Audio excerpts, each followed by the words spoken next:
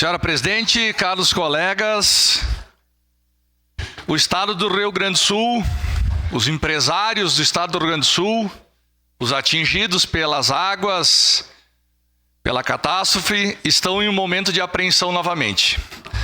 Estamos chegando no 5º dia útil e muitas empresas estão sem faturar há um mês, muitas arrastadas pelas águas, onde perderam seus estoques, seus maquinários, muitos perderam a sua própria empresa, mas no 5º dia útil eles são obrigados a pagar os salários dos seus funcionários. Essas empresas não tiveram faturamento nenhum durante esse período e continuarão sem ter faturamento por um longo período ainda. Mas por obrigações trabalhistas, tem que pagar os salários dos funcionários. Aqui eu trago o exemplo, na época da pandemia, em que muitas empresas tiveram que ficar fechadas, mas o governo federal, à época, governo do Bolsonaro, foi lá e bancou o salário dos funcionários para manter a economia intacta, para poder reativar depois da pandemia as empresas. E agora no estado do Rio Grande do Sul, existem muitas promessas, mas na prática, 5º dia útil, essas empresas não terão dinheiro, nem subsídio do governo federal para manter empregos e talvez tentar voltar a operar no mercado.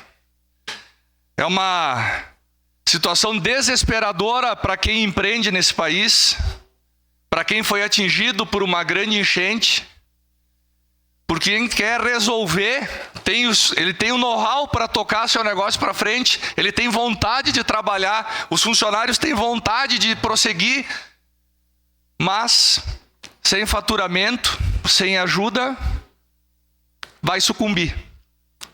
Eles já estão quebrados praticamente, né? Vão fechar e vão gerar um desemprego de milhares de pessoas no nosso estado. São milhares de pessoas que tiram seu sustento dos seus empregos e a partir do 5º dia útil agora não terão dinheiro para comprar arroz, feijão, massa, pão, leite. E não é por culpa do empresário, porque foi uma catástrofe. Nós precisamos de mais sensibilidade do governo federal e o relógio está rolando.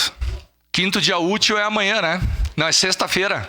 E sexta-feira essas pessoas dependem do salário para poder sustentar suas famílias. E infelizmente, esse dinheiro não estará na conta deles. Isso vai ser um desastre, porque o que essas famílias farão para alimentar seus filhos? Muitos perderam até suas casas na enchente, então agora eles não têm emprego, não têm casa. E qual é a esperança que eles têm?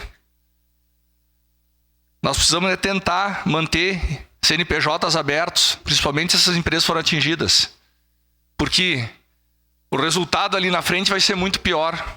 Com centenas de milhares de desempregados, nosso estado entrará em colapso. O sistema de saúde vai implodir. O sistema público em todas as áreas, na educação, na saúde, vai dar um sério problema. E quando falta comida, que é o básico, porque as pessoas não têm salário, aí vem o desespero. Tem isso, e as contas básicas, como luz, a água, essas pessoas, talvez algumas tenham que pagar aluguel porque perderam suas casas, é uma situação complicadíssima. Então, vamos pedir novamente sensibilidade ao governo federal, porque é uma situação que saiu do normal e a gente precisa de soluções imediatas. É para hoje, não é para daqui 1 mês, 2 meses, é para agora. Por favor, sua parte, professor Zanquim. Vereador Schalco, muito oportuna a sua colocação, o apontamento, porque eu mesmo falei ontem, anteontem, nós precisamos do Pronamp reconstrução. Como é que se vai reconstruir faixa de Gaza? Como é que se reconstruiu a Alemanha depois da guerra? Como é que se reconstrói um Rio Grande do Sul com 90% destruído? Não é pandemia, Não é destruição. Destruição. E há um limite no Pronamp atual que ele é 60% do valor faturado dos últimos 12 meses. Então, se você faturou 10 mil por mês, uma microempresa, isso dá 120 mil no ano, 60% dá 72 pila. 72 pila. 72 pila. Vai fazer o quê com 72 mil? Se você não tem estoque, não tem vitrine, não tem manequim, não tem mercadoria, não tem mais nada. Você não tem nada, só lágrimas. Como é que vai reconstruir? Então não é Pronamp solidário, é Pronamp reconstrução. Acabou o Rio Grande do Sul. Será que não estão entendendo isso? Nós vamos ficar isolados, vai todo mundo embora. Chega de dinheiro para arroz, é dinheiro para reconstruir ponte. Obrigado. Obrigado, professor Zanquim. Exatamente. As empresas, ou a gente injeta na veia das empresas agora dinheiro, praticamente a fundo perdido, ajuda ao menos a pagar o salário dos funcionários por 6 meses, 1 ano, até a empresa conseguir se restabelecer. Não adianta emprestar dinheiro tendo que pagar ali na frente. Ele não tem mais nada.